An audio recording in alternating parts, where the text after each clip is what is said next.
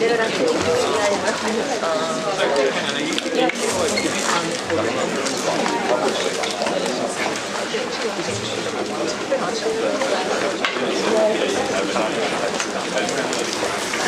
the next talk is one of our 1-hour talks, which the intention is that a little bit more of a survey to introduce it to an area. And for this one, we have the great luck to have Chris Mann here, who's an expert in natural language processing for several decades. And what I really like about Chris is, number one, that he just is very quick to adopt and adapt new techniques. Whenever new techniques happen, deep nets, matrix calculation, whatever, he uses them in NLP and does great things with them. And secondly, he's a wonderful expositor. You are in for a total treat, for sure. So, okay. Gosh, thank you. Okay, well, I better do a better job after that. Yeah, so as Sanjeev was just saying, like any good academic, I'm going to talk mainly about my own work. But nevertheless, that my hope here is to sort of provide more of an introduction and survey of natural language processing to try and help people for, by my count, the 6 other natural language processing talks to come on the agenda, rather than this being a deep dive into one thing. So let's just start at the very beginning of what's special about human language. As someone who works in the area, I think there's a lot special about human language. And so here's a version of this. I mean, from a cognitive standpoint, it's the distinguishing human characteristic. So lots of animals have good vision systems, good hearing, good haptics, where human beings alone have this power of language. If you're thinking about things like human intelligence, it sort of seems like the only way we're going to ever have anything that's explainable intelligence for human beings, and perhaps the only way that we're going to have explainable artificial intelligence, is through using language as the means of explainability. Like, I don't think we're ever going to get to a point where showing people activations of neurons and their spiking is going to give you an explainable artificial intelligence, no more than telling you what transistors is doing is going to give you an explainable computer chip. A third great thing about language is language has proved to be a really, really powerful thing for humankind.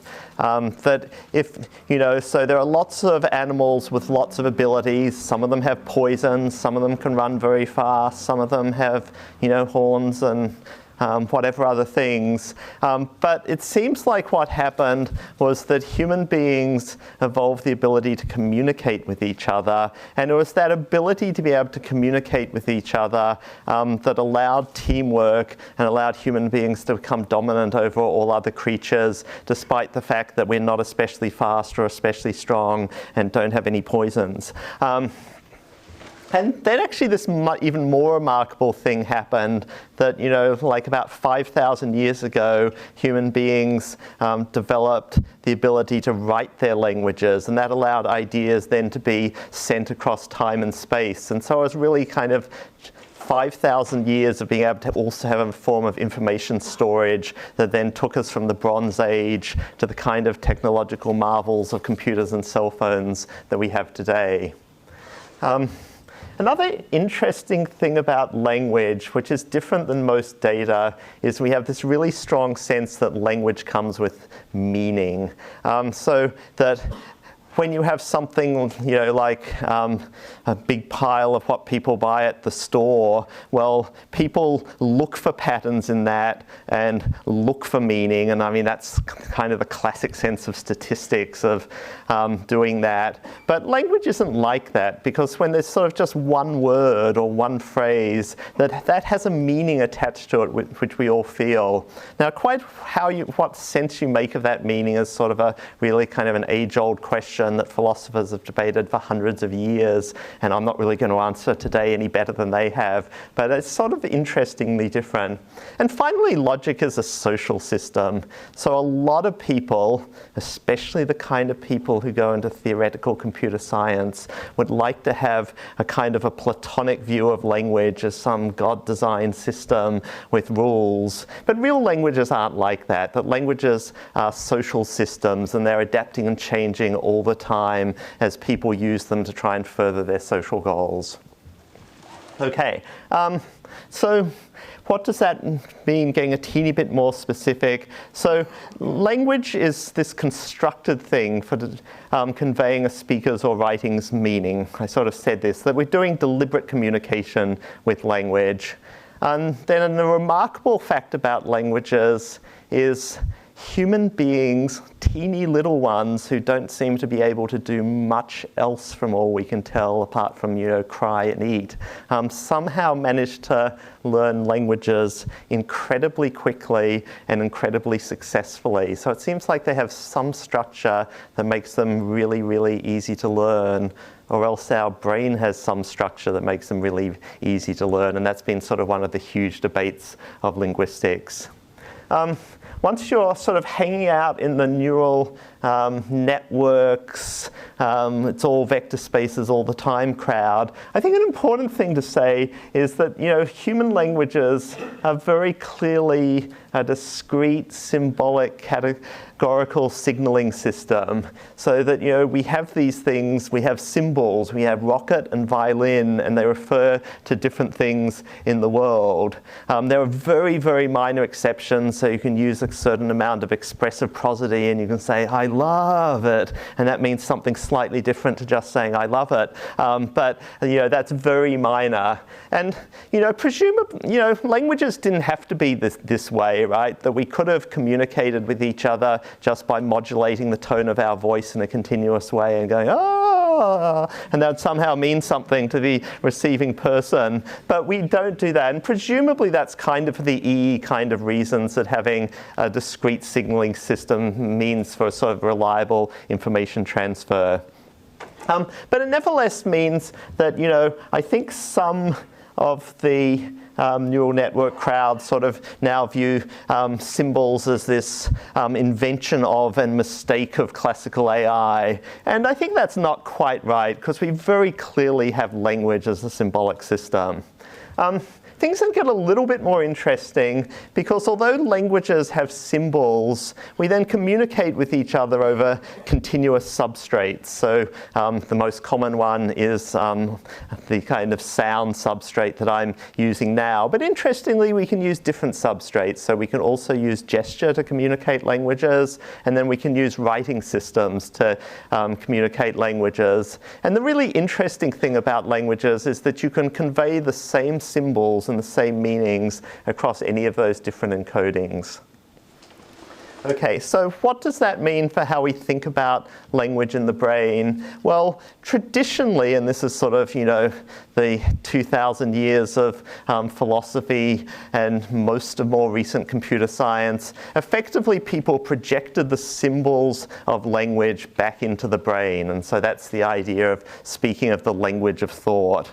But for all that we can tell about brains, well, brains actually seem to be this distributed, continuous patterns of activation across our neurons, and no one has ever seen any evidence of this language of thought residing in people's brains. And so a lot of people in the sort of deep learning approaches would like to explore the idea that, well, really our thought is just these continuous patterns of activation. That's all there is to thought. And so this is sort of what Jeff Hinton would argue for if he was here.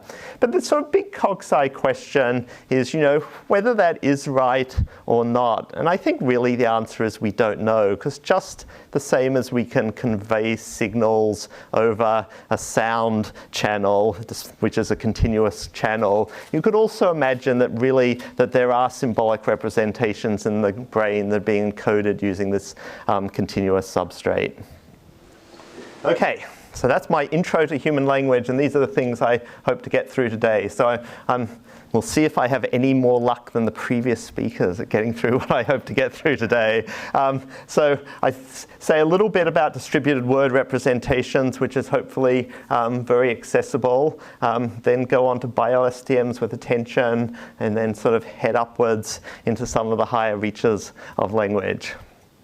Okay, so let's start off. They came up already in the previous talk, but let me just say a little bit about word vectors. So the basic contrast is that for the vast majority of preceding NLP and information retrieval work, regardless of whether it was really ancient old stuff or machine learning based stuff of the last decade, that we had words as atomic symbols like hotel and conference.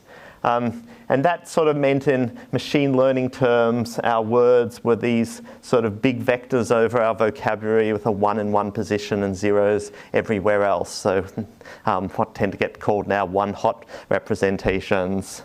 And the argument is that those representations don't work very well. So what we'd like to do is things like web search. We'd like to know if someone searches for Dell notebook battery size, you'd like to have that match pages that talk about Dell laptop battery capacity, despite some of the words are different.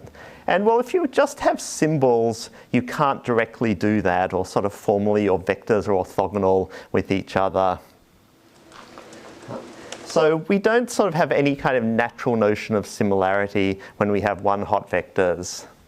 Well, of course, there are sort of many things that you can do to capture these similarities again. And many people did that. We could sort of learn models of word similarities, and we could have some kind of matrix of word similarities. But what people have found is the notion of instead giving each word a vector representation, that's extremely effective. So there are many less parameters to learn because they're sort of per word, not word pair. You get this sort of nice sharing of statistics, and then you have sort of the opportunity, once you have good word vectors, that you can hope to use them in various multitask ways. And so the way that people have gone about doing that dominantly is with this idea of distributional learning. And distributional learning is normally sort of attributed back to Firth, who was a British linguist, who said, "You shall know a word by the company it keeps." But it's an idea you can also trace back to Wittgenstein's writings if you want. And so the idea of that is to say, well, we want to have the word banking's meaning. And the way we're going to represent that word's meaning is just by looking at the words that surround banking, and we'll say those words that surround banking are the meaning of the word banking. And so that's what's referred to as a distributional or use theory of meaning. This idea has been super successful, and so it's sort of about the only notion you see for language meaning in modern deep learning work. But it's actually a very weird and unusual notion of meaning considered by sort of most of the rest of the 2,000 years of history, and I'll briefly come back to that later on. Okay, so how might we go about doing that? So what we do is say, well, we have this center word, and it's going to have contexts around it, and we're going to come up with some model that tries to put probability distributions over those context words. And so then we'll have a loss function. So if you can predict the context perfectly, we'd have no loss, and to the extent that we predict the context imperfectly, we'll have some loss. And then we just sort of do this huge repeat loop. We try and predict a word at some position, predict the context of a word in some position in a large corpus. We don't do it perfectly, so we then backpropagate our errors, and we change our word vector representations to try and do it better next time. And we repeat this a billion times, and good stuff happens. So we've got our center word. We're trying to predict the words around it with our probability distribution. And if we want to do that with saying that the representation of our words are word vectors, the simplest way to do it, and roughly what people do, this is the sort of skipgram model of word to vec that was introduced by Tomasz Mikolov at Google a couple of years ago, was, well, we have a word vector for two words, the center word and then the context word. We're just going to take their dot product as a sort of a measure of how similar they are. So have words that occur together meant to look similar, and then we put that embedded inside a softmax function and call that's the probability of the word occurring in the context. Incredibly simple model. Nothing else to it. We just find our error from this and fiddle the word vectors by backpropagation until they get better at predicting. And I mean, the strange thing is that, if you just run with this algorithm, it's kind of almost like a miracle occurs. I mean, it seems unreasonable that this should work, right? That there's almost nothing in this model, but if you repeat over backpropagation a billion times using this model and word vectors, that lo and behold, you get out these wonderful word vector representations for words that just do a very good job at representing word similarities in the vector space. But they don't only generate a sort of overall notion of similarity, they also capture a lot of fine-grained dimensions of meaning that you can pick out by looking at various directions in the vector space. So that's super good.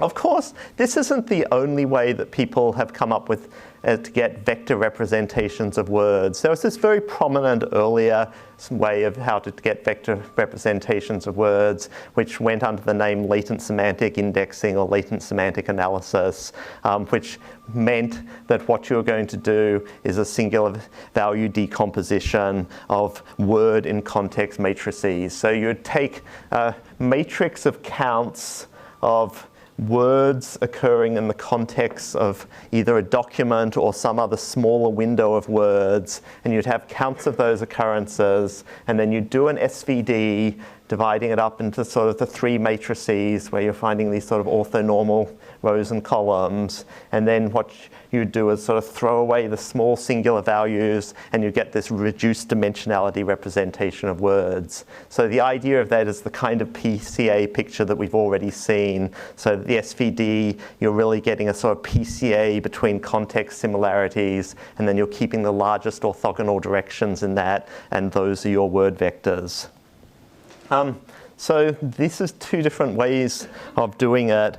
When the word-to-vec vectors first came out, the sort of miraculous property that was demonstrated of them in this idea of there being sort of directions, dimensions of meaning, was that you could get out of word-to-vec these sort of linear vector differences that had meaning. So here's a projection of one between countries and their capitals, which is basically a linear relationship in the higher dimensional vector space.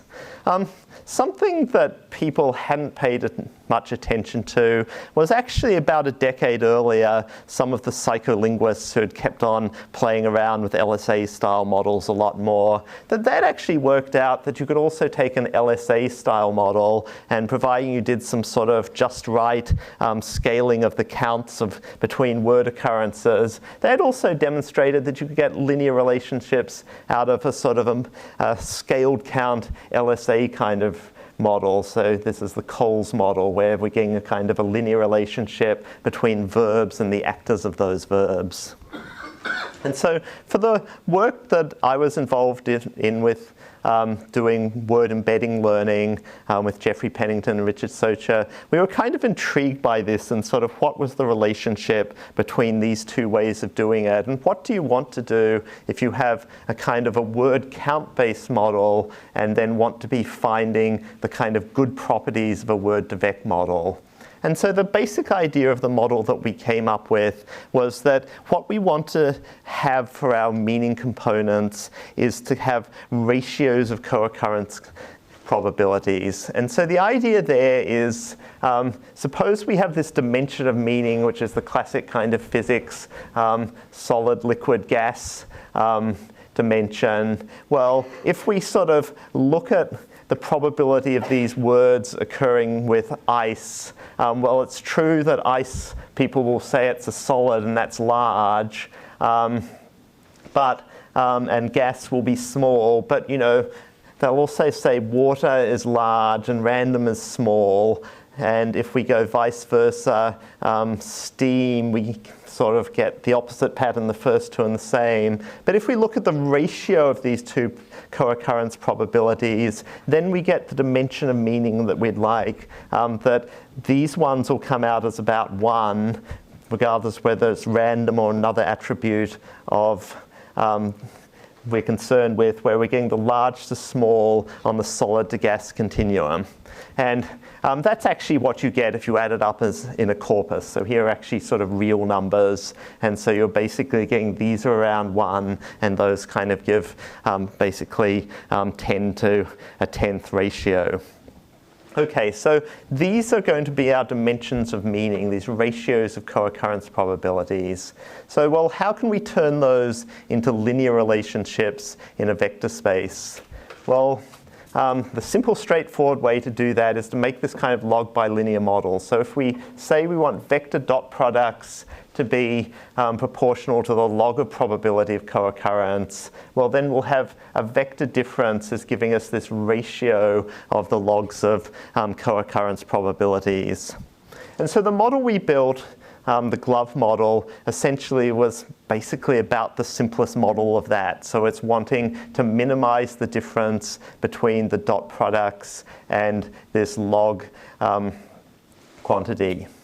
And it works great. So here, the nearest word's the word frog, and we get frogs and toad, which is hopeful. And then if we go on, the Latoria turns out to be this very pretty green tree frog.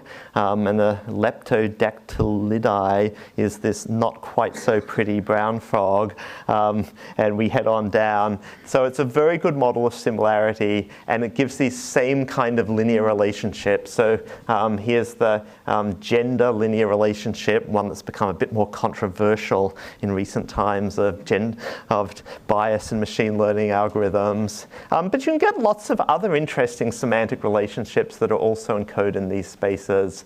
So you can actually get out companies and their CEOs and things like that will also be encoded as linear relationships. Yeah. Whenever, I mean, I'm completely out of this area, but whenever I hear these talks, I mean, people come up, you showed us success on frogs. And as a machine learning, I'm always suspicious by saying if I will go over all possible examples, no matter what my theory is, I will find some example that supports my theory. So can you support it with something more general than just concrete examples of similarities? Sure. You know, the answer is then what convinces you. So for directly dealing with similarities, what people have done is then produced, you know, data sets of similarities, which are often, you know, normed from human beings. And then your job is, if your similarities agree with the human similarities, your model is good. And, you know, there's no doubt at all that these models on those kind of scores produce very good similarities. For these kind of linear relationships, people have then produced data sets of sort of syntactic and semantic attribute pairs and are wanting people to use these linear relationships to predict those things work. So both of those are sort of intrinsic to the vector space, trying to evaluate it directly, and we can then debate how convincing or not they are. I think for me as just sort of a practical NLP person, that my preference is then sort of to more extrinsic evaluations of can you take these word vectors and use them in tasks and do they help? And I've got sort of one example of this coming up on the next slide. And I mean, at that level, I mean, why everybody likes these is, yeah, they help. That, you know, it's perhaps not the most exciting result, but it's now completely well known that you can take any language processing task whatsoever and any existing machine learning model and just throw in word vectors, and you can expect the performance to go up a couple of % just because having this good notion of word similarity allows you to generalize better. And, you know, so long as they do that, I'm satisfied that these are definitely a good idea overall. Of course, that doesn't mean that they can capture every notion of meaning just naively in this space. I mean, it's not hard to convince yourself that, well, wait a minute, not every possible thing can be exactly represented as a linear relationship like this, and this must have its limits, and it does. Yeah? So a good follow-on question would be, do you have good examples of counterexamples where you can try this word-to-vec,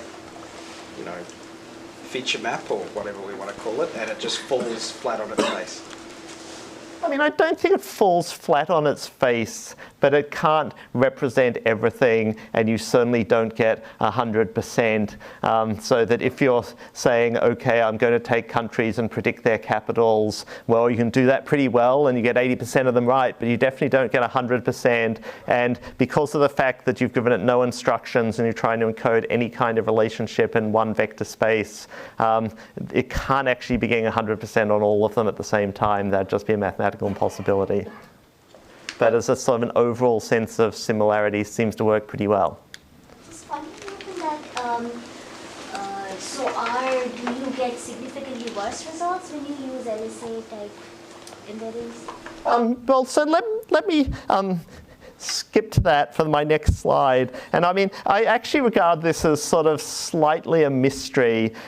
So if you're just if you scale your counts carefully and do these same sort of similarity judgments, no, actually, carefully modified count, LSA can do very well on those same kind of word similarity benchmarks, which was part of why it was long popular in psycholinguistics. But here's an example of embedding it inside an NLP task. So this is named entity recognition, so finding person, organization, and similar names like this. And so this is sort of basically standard state-of-the-art last decade NLP. So that's a sort of a conditional random field over a few million categorical features, and this is its performance. The interesting thing, which I don't feel I actually really understand, is that if you put in an SVD representation on top of that model, it doesn't help at all. In fact, it's hurting the model. Whereas if you put in modern neural word representations,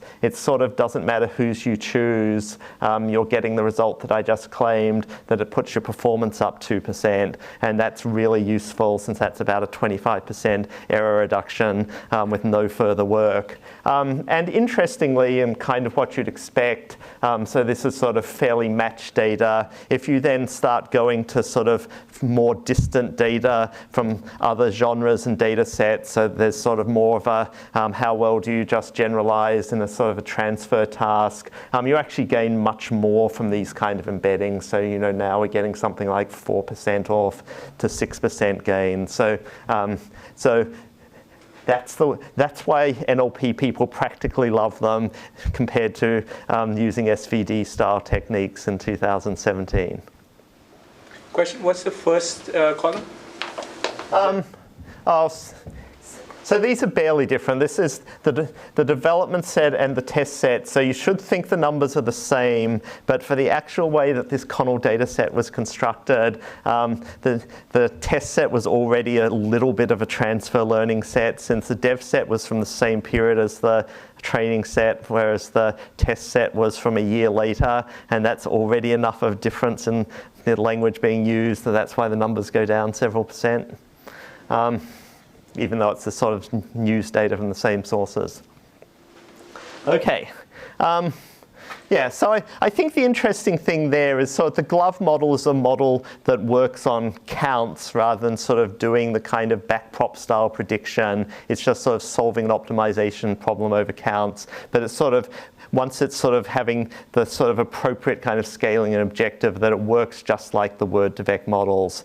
Ton of other more theoretical work recently in this area. Maybe some of it will come up later, but I want to rush ahead and get on to what I'm calling the bi-LSTM hegemony. So here, if you don't know anything about natural language processing in 2017, here's what you should know about how to do it. And this is actually a highly depressing result, but I will explain it.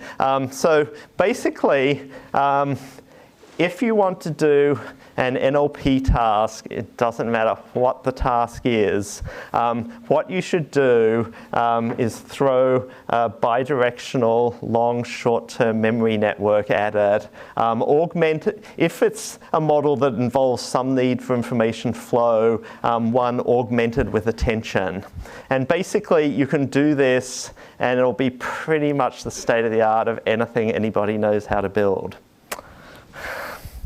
So what does that mean if I pull that apart for the next few slides? Okay, so here's a sort of a classic 1980s recurrent neural network where we're using it as an encoder-decoder and hoping we might be able to do machine translation with it. So we'd read in words of a source sentence, and so what we're doing is at each time step, we're calculating this hidden state, which is recording what we've read in, and we're doing that by kind of a standard neural network layer where we're taking the next input and the preceding hidden state, so this is the recurrent part here, putting them through sort of usual affine transformation, nonlinearity, and getting our next hidden state. And then we'll get to an end of sentence, and then we'll say, let's also, via another matrix neural net layer, we'll generate a word out, and we'll start to produce our translations. Now, actually, this didn't work, and you couldn't produce a machine translation system doing this. But then it turned out you could have this picture and have a machine translation system that worked if only you changed the computation that happened in this box to be a bit more complicated than this complication and have a more complex neural network unit. And so that leads into this idea of gated recurrent units, of which the most famous and often but not always the most successful are these LSTMs. So there are two most common gated recurrent units. There's one that's called the gated recurrent unit, GRU, and there's LSTMs. And really you can invent lots of variants. And you know, these days people have got neural networks automatically inventing variants of these gated recurrent units. So I've got all the equations up here. These two are a bit different, but in their essentials, they're sort of the same. So what do these things have in them? So they have a piece of them on both sides that kind of calculates candidate next hidden state representation. And the way that candidate hidden state representation is calculated is if I leave out a bit that I'll come to in a moment, exactly the same as it was happening in the classic old recurrent neural network. But then they're also calculating a bunch of these gates. So each of these gates is a Bernoulli variable coming out between 0 and 1. And these gates are going to be saying how much you should continue to use the recurrent history from the past time step, how much you should pay attention to the input that's coming in is then going to be controlled by gates. So in various places with the vectors, we're sort of taking one of these gates, which is a value, I shouldn't have said Bernoulli, it's a value between 0 and 1 per element of the vector, multivariate Bernoulli. You're sort of then doing this sort of component-wise multipliers to sort of how much to pay attention to these things. And then they have this sort of very successful piece of magic called the plus sign. The secret of their success is rather than everything being multiplicative like in the old recurrent neural networks, what you're doing is having your hidden representation be a sum of your new candidate hidden representation with some portion of what your hidden representation was at the time step before. And so that means you can directly just linearly carry through across some portion of what was there in the previous time step, which means you always get this direct gradient flow that's linear back through the time steps. And it's precisely because of that reason that these gated recurrent units then are able to give a much longer form of memory, a long short-term memory compared to classical neural nets. The other thing to notice about this is that these hidden state representations that we have here then effectively end up mixing two things. They mix a control unit, and the control unit is deciding what to do in terms of throw away the history, pay attention to the context, how I should mix the two together at this time step and things like that, and memory. So everything about the preceding words in the sentence, some amount of that you're hoping is being remembered to let you do tasks in the future. But there's absolutely no separation in the model. All you have is just this vector of real numbers. And you kind of have two attitudes about that. You could either think that's great because this gives the model freedom to represent however it wants in a big vector space, or you could think that's terrible because we've got some kind of mush of these things that are conceptually completely different. Okay, but nevertheless it works great. So here's the MT system that sort of really works. So we've now stuck LSTM computations at each unit, and we make it deeper because that works better. But apart from that, we're essentially running the same kind of recurrent neural network unit where we read in the source and we translate it. And with some care, you can do just this, and it actually works well as a neural network that can build a machine translation system with no more complexity than this. But it does still have one big limitation. So on this model, the only stuff that goes from the source sentence to the translated sentence goes through this sort of middle piece. So the entire memory of the source sentence has to be in the vectors at this time step. So this is a kind of a bottleneck for information flow. And although you can get this to work reasonably well, you have two problems. One problem is there's clearly just a limit to how much information you can stuff into the vectors here. You can improve that limit by making the vectors bigger and the number of layers more, and people have, but there's nevertheless clearly a limit. You have a second problem, which is just that these models are hard and slow to learn because it takes them kind of a long time to learn which information they should remember and keep on moving along for a lot of time steps through to the other side. So to really kind of get us basically to the state of the art, we then just add in one more notion which has been highly successful, which is the notion of attention. And so the idea of attention is when we're at one time step and we're going to be predicting the next time step, we add one more form of control into this vector. So this vector will also be used to look back at all of the source time steps in this model, and we'll calculate a function of how relevant they are. And so it will then directly, with some weighting, use all of these source time steps and let them also influence what's computed at the next time step. So this now gives us a model where we no longer have the bottleneck here, but we can use the entirety of all of our hidden representations as a kind of augmented memory that we can use going ahead.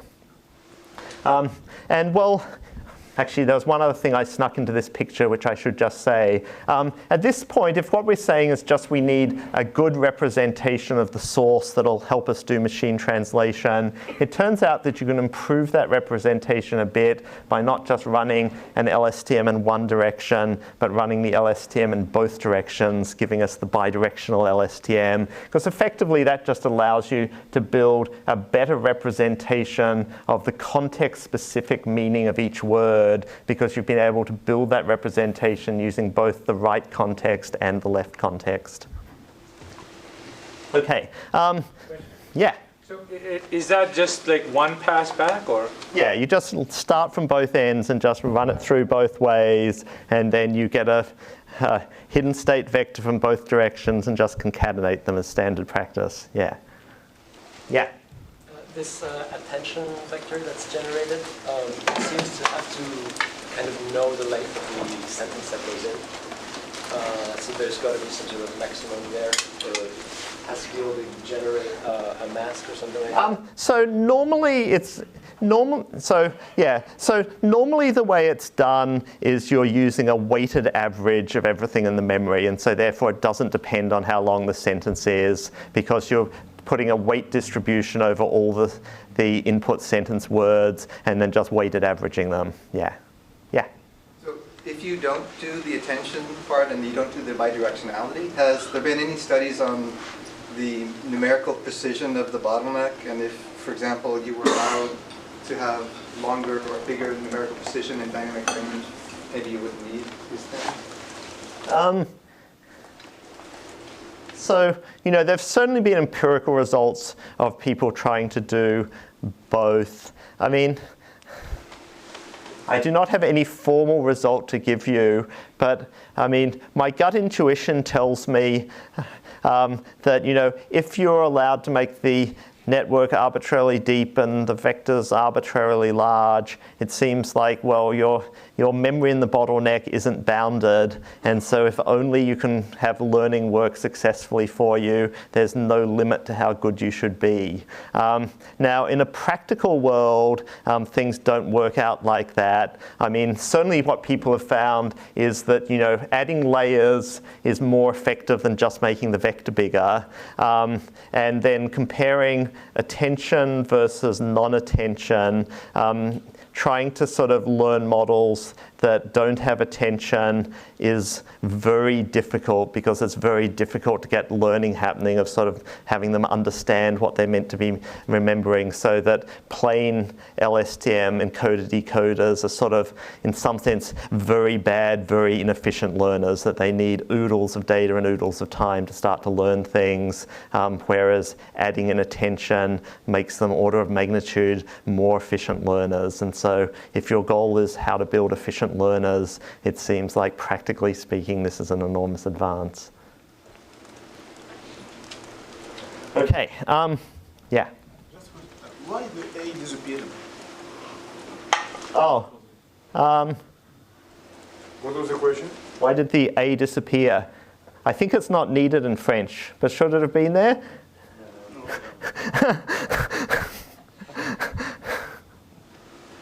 How do you deal with German? They open up, they have brackets. You open up a vowel, a verb, and then at the end of the sentence it's completed. So, I mean,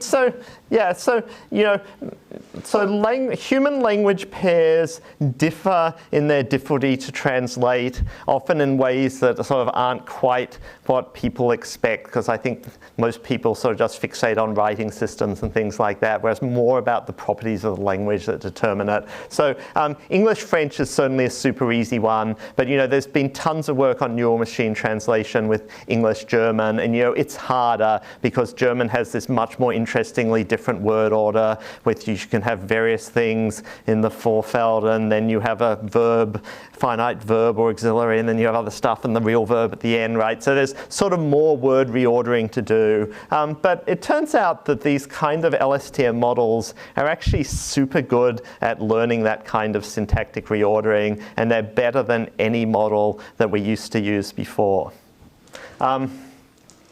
Yeah, oops, going the wrong direction. So here's just to give you a sense of this, right? So there was sort of phrase-based MT, which at least by 2013 had sort of seemed to plateau. That's sort of the sense that Google Translate wasn't getting any better really from year on year. The big hope of the last decade had been this syntax-based MT, which is what I should love as a linguist. It's really putting structure over language. And well, maybe that's doing a little bit better, but not much. But then sort of, first starting in 2014, but really only in the last couple of years, suddenly there was then Neural MT, and Neural MT is already well better than the best other MT systems. And so all the big tech companies, Microsoft, Google, Baidu, have all been rolling out neural machine translation systems. You might have seen there was a big feature on Google stuff in the New York Times Magazine a couple of months ago, because it just works better. And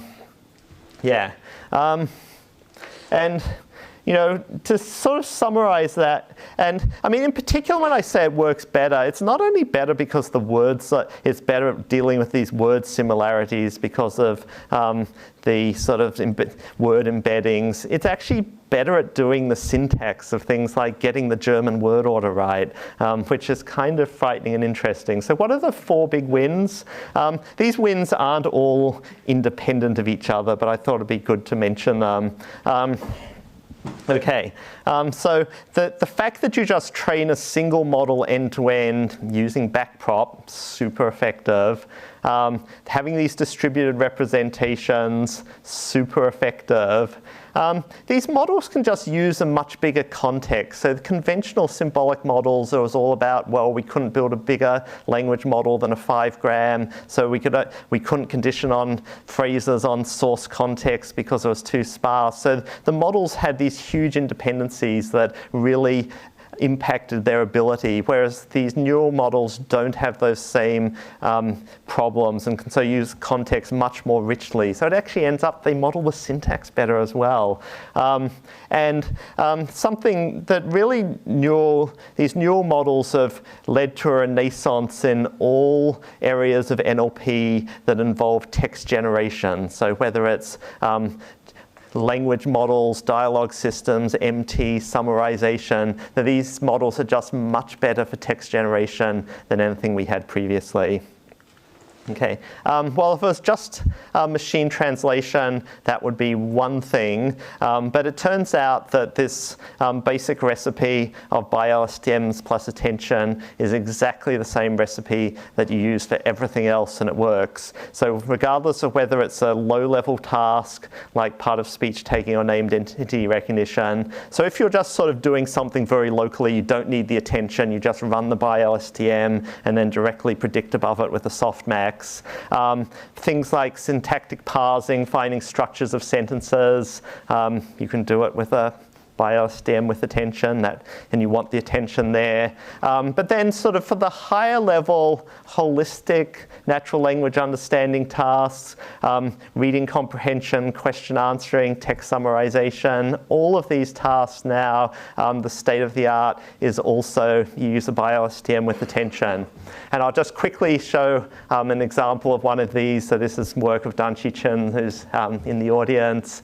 So this is doing reading comprehension on news stories, and this was a task proposed by people at DeepMind. And so the idea of the task was you're going to give the computer an article to read, and the way they created test questions was to say, oh look, CNN and the Daily Mail handily write these kind of call-out story highlights over here. So what we could do is blank out something in this and then say, okay, that's the understanding task. If you can fill it in correctly based on reading this story, you've understood the passage. Okay, this is Danchi's question. This is his system. So you take the question, you run a bidirectional LSTM on it, and take the endpoints as your representation of the question. You take the whole of the newspaper story, and you run a big long LSTM on that all the way across, and get a representation of the passage. And so then we're going to use the attention function. The attention function gets used slightly differently depending on what your problem is. So here what we're going to do is we're going to say, let's work out using the question and each position in the passage, how much to attend to it. And so we're doing that with not much more than a dot product, but we put in this sort of in-between matrix, giving us a bilinear model so we can sort of work out which parts of the vector to pay attention to, how much. And that gives us then weights as attention weights. And so from those attention weights, we calculate this weighted sum I mentioned beforehand. And then based on that weighted sum of words in the passage, we're then putting that through one more matrix multiply, and then we're using that to directly predict which thing in the passage is the answer to the question that was being blanked out. Very simple model. It works incredibly well. So there are sort of the original systems for this task, which were done first at DeepMind and then at Facebook AI Research. And since then, lots and lots of people have made systems for the task. And then these are a single system and then an ensemble system using that by LSTM with attention architecture. And basically it works as well as anything else that you can build. And I think there's actually an interesting, important point here. So if you're wanting to get a paper into the next NIPS, there's sort of this recipe that a lot of people use, that you take a model and you add some more epicycles and curlicues onto it, and you claim that those epicycles and curlicues are what makes, and you fiddle around for long enough until the numbers go up a little, and you claim those epicycles and curlicues what make the numbers go up, and that's what basically all of these papers do. But I think what there should be is sort of more emphasis on the idea that if you can build a very simple model that actually performs somewhere between 97% and 103%, as well as the much more complicated models, that probably that's a better place to go for insight. And I think there's just no doubt by LSTM with attention, that's where it's really at for nearly all of these tasks at the moment. Well, can you use a neural network to generate the paper? Yes, probably. Well, I'm sure it'll be happening any day now. Okay. Gee, how many minutes have I got left? 10 or so. 10, okay. Yeah, I probably also will not get through everything.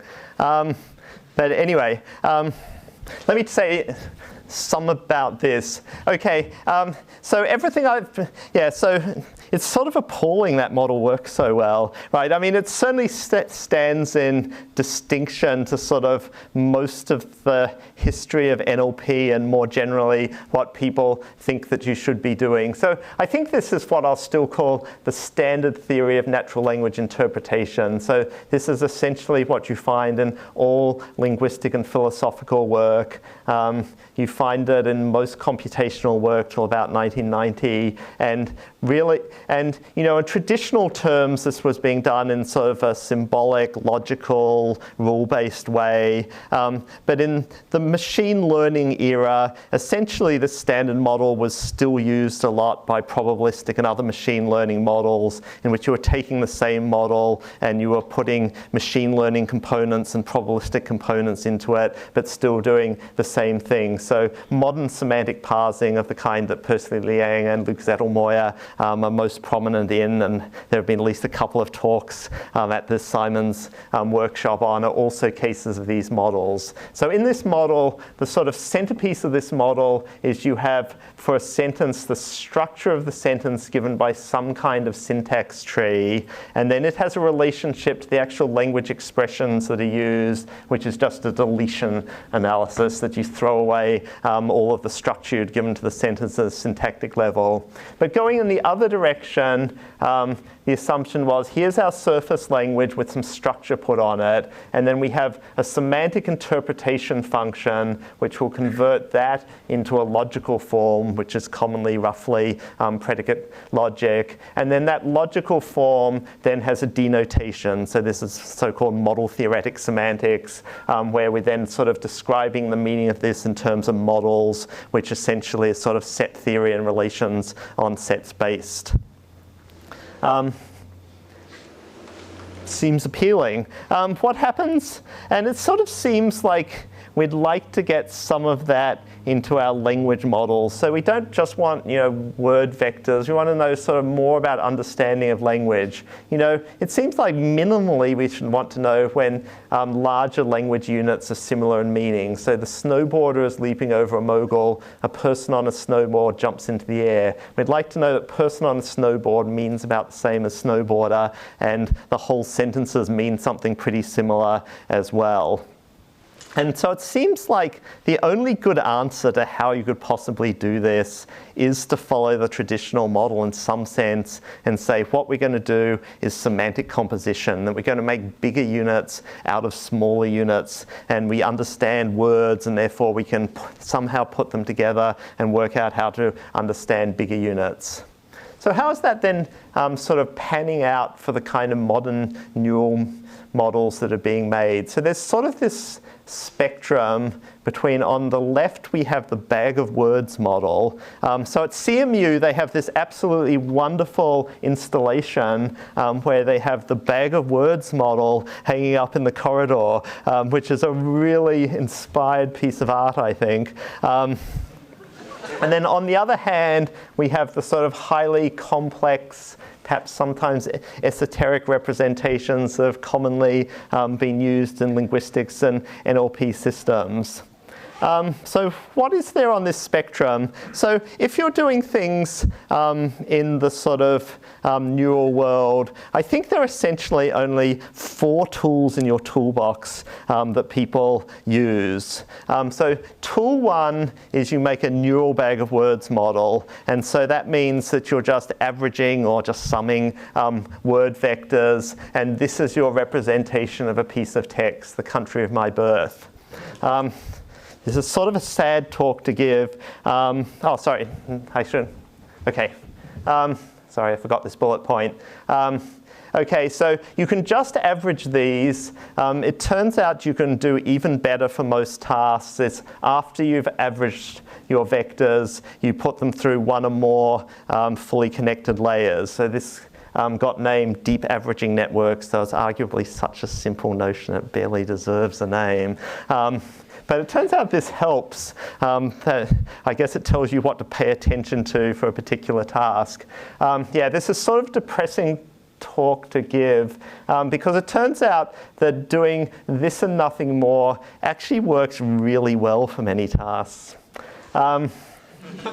And so there have been a couple of papers that have talked about this. I mean, one's Mohita Iyer and Howder May, who's up the back finishing his talk, who will talk this afternoon's work on deep averaging networks.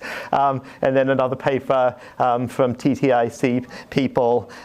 In particular, the somewhat surprising and appalling thing is for tasks that are sort of more focused just on sort of semantic similarity of units, this actually tends to work better than using those LSTMs I was telling you about. That I think because LSTMs are sort of devoting too much of their attention to a sort of a language modeling, what's next, and control idea, you actually get better results just by using this, even though there's sort of nothing in this model but averaging. Yeah. So surely that should be a smiley face. You see. That should be a smiley face. I disagree, but you see, I guess it depends on your attitude, and maybe for many people in this room it is a smiley face, but you know, as someone who actually has a PhD in linguistics and sort of believes that the structure of human languages and the subtleties of how word meanings combine together is sort of important to understanding human languages, and we don't actually understand each other by just averaging the words that have come in the last window. The fact that we don't know how to build models that work better for many tasks than doing this seems to me an absolutely appalling state of affairs. You just said that simple insights that can do a good job. So Depends which side you look from. Yeah. So don't you want to increase maybe the representation size if you take a large document? Is that something that people do, or just because here you don't increase the representation size? So that's certainly right. Well, yeah. Well, I guess maybe the answer to that is yes, but I'm not sure if there's a direct way of doing that apart from increasing your vector size and your neural network layer size. Okay. Let me quickly go through the others for what I have today. Okay, so we've already done recurrent neural networks. So, you know, they're a bit better linguistically because they actually do capture word order, and that seems kind of important to language understanding. That sort of man-bit-dog is different from dog-bit-man. And you know, but they clearly have huge limitations. So one of the limitations is if I'd like the meaning of the unit my birth you're sort of not getting that out of this, right? You're only getting things with a prefix context, necessarily if you have a simple recurrent neural network. For a gated LSTM GRU, they could decide via the gating to forget everything up to here and just build a representation in some part of their vector that stores just the representation of my birth. So up to a certain depth, you could sort of have parts of the vector space representing the meaning of constituent units. But I kind of think that doesn't really happen. And instead, they spend a lot of their representational energy sort of trying to predict what's going to come next in a language model-like fashion, and that they're sort of very biased towards that in their representations. Okay, so then the third idea is convolutional neural networks. Normally more studied in vision, but in language we have a 1D array of words, and we can do 1D convolutions, which is simply being done by sort of taking pairs of words or triples of words and building some kind of representation for that. So this has the advantage that we are building representations for different subsequences of the sentence, but we're not doing it in a very linguistic way. We're just building representations of everything. So we're sort of building for each of these sort of subsequences a representation. I'll sort of skip to this. So, we're taking pairs of words, putting them through a neural network layer to get a representation of this pair, another one for that pair, and we calculate lots of pairs and triples, and we calculate commonly a number of different representations with different filters for the same pairs and triples. We then put those in again through a pooling layer so it becomes back to the same size. But people have found it in general much more successful here to max rather than to average, because the idea is if some dimension is prominent somewhere, you want to keep it, not that it has to be prominent everywhere. But then the final, so that's the trick 3. But then the final one I want to get to before I end, which I do still believe in, is this idea of data-dependent composition. And so it's sort of like if you want to put together an engine, you want to put together things that go together rather than just be trying to put together everything. And I think that's true not just in language. I think it's sort of true really with visual scenes as well, that visual scenes have parts and that they kind of go together in a hierarchical fashion to have bigger parts. And I sort of really believe that if we want to do language understanding and do it well, that you have to be putting together parts that mean something and put them into bigger parts. Noam Chomsky isn't always quite as well regarded in computational linguistic circles as in pure linguistic circles, but in his recent writings he's tried to emphasize this idea that the one really distinctive attribute of human languages is that they have recursion, which is in some sense this same idea that you're wanting to build up bigger things out of smaller parts in terms of these phrases that make sense in terms of language structure. And you get this sort of recursive structure where you have noun phrases with noun phrases inside them, which have noun phrases inside them. And so what I've been interested in quite a bit is sort of building sort of tree recursive neural networks where rather than like with the convolutional neural network, you just build a representation for every sequence of n words. You're instead saying, well, let's look at the particular sentence, people there speak slowly, and let's build representations for the constituents that are actual pieces of language that go together and make sense, and then build up a sentence representation like this. And at this point, I'm basically out of time, so I think I should skip a few slides, but I will just sort of show an example or two of that. Okay, so this is then doing something with sentiment analysis, where this is sort of taking the structure of the sentence and saying there are slow and repetitive parts, but it has just enough spice to keep it interesting. And it's constructing representations of the pieces of the sentence that make sense. And it's accurately detecting that there are slow and repetitive parts, and that's negative sentiment, but has just enough spice to keep it interesting. This is interesting is positive, and spice is positive, and this is positive. And it correctly decides that positive wins, and the whole sentence is positive. And in general, these tree-structured models have been able to get gains on tasks like this because they better understand language.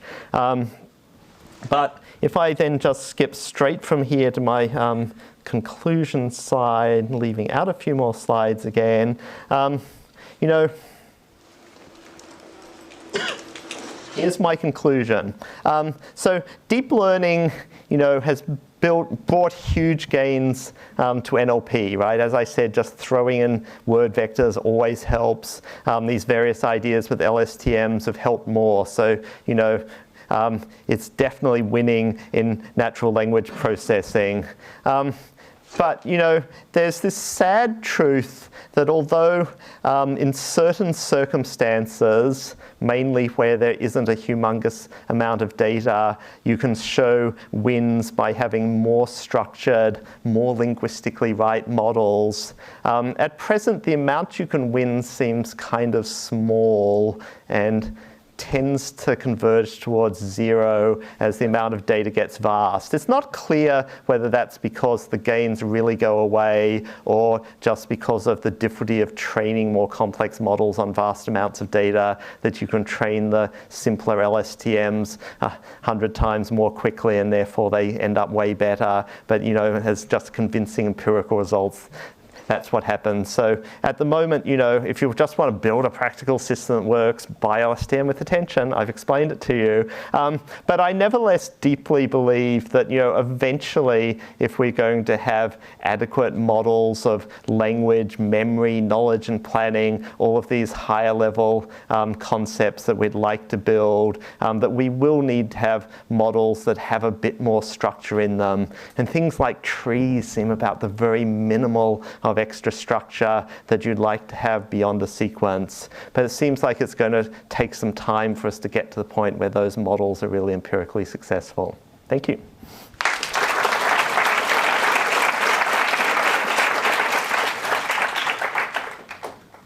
We can take a few questions. Yeah.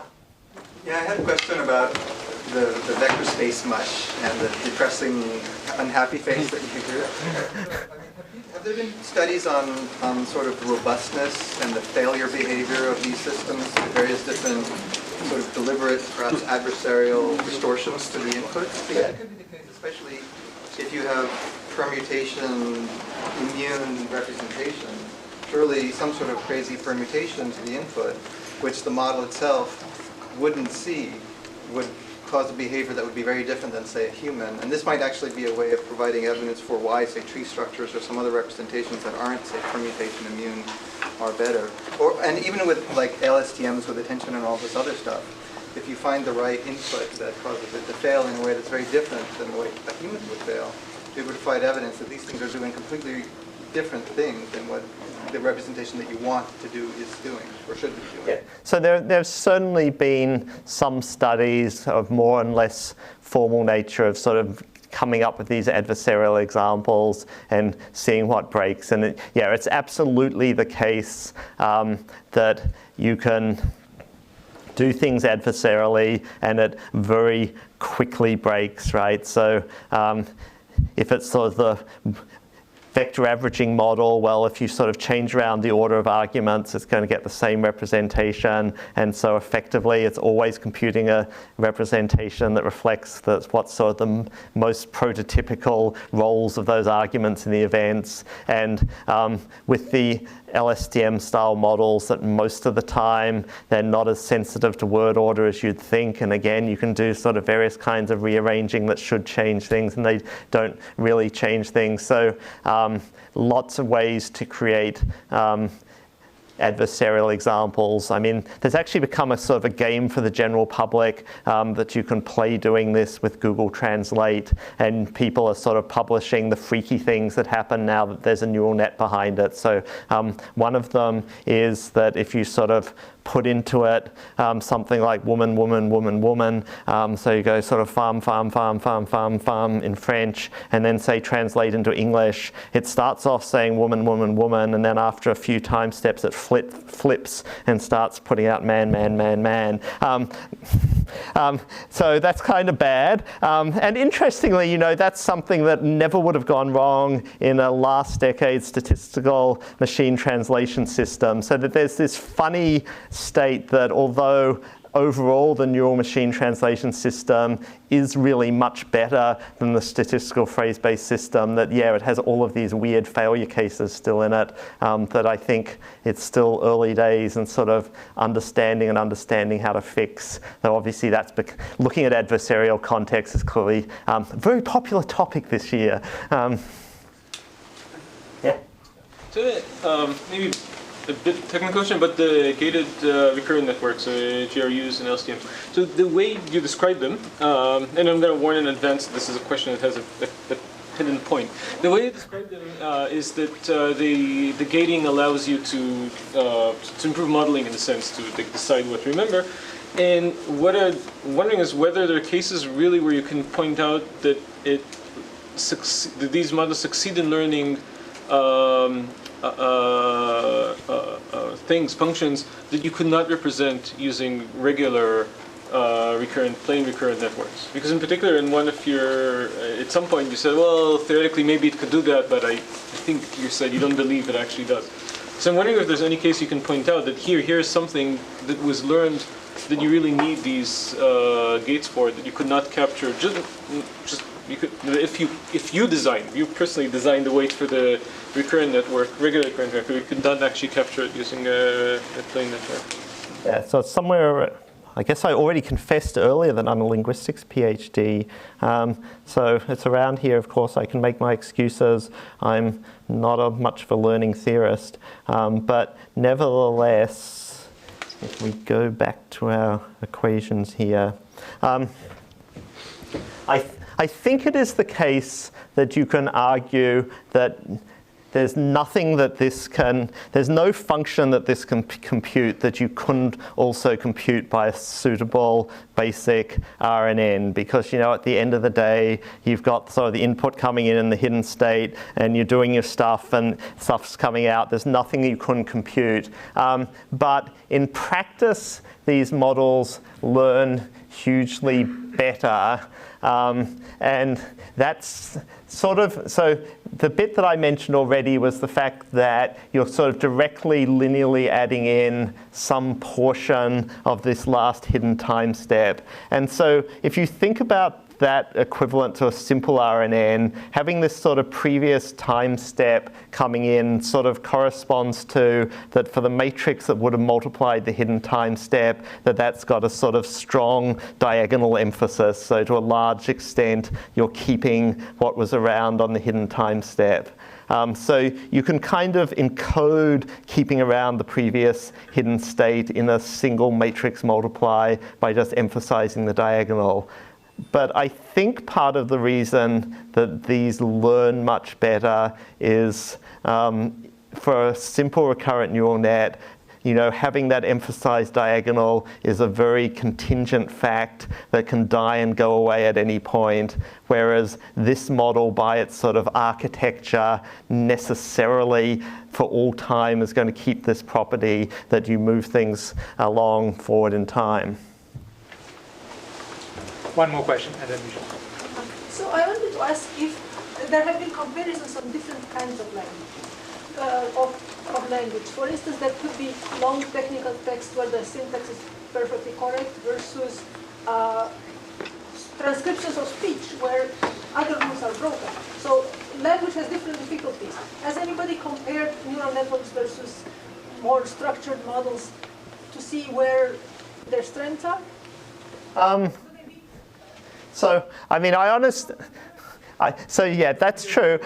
So the question is, well, there's a wide gamut of language between sort of very structured, carefully edited written language versus spoken language or other kinds of social media now, forums and so on. And has they been carefully compared where different things win? I think it is fair to say that neural network models now win everywhere, but they win more as the language is more informal and less well structured. But yeah, I mean, clearly, I mean, the hardness of language processing varies a lot, so that for all of our models, they work by far the best on complete sentences of well-edited text. I mean, speech, you know, it can be much harder. I mean, I think a lot of the time, you know, it's even harder dealing with some of the kind of social media texts like text and Twitter and things like that, because some of the sort of needs for compression lead people to do things that make it even harder for our poor systems to reconstruct meaning compared to the spoken word. Okay, lunchtime.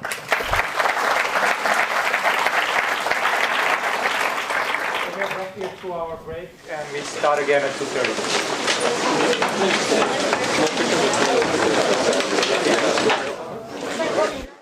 Oh, so you don't have a fully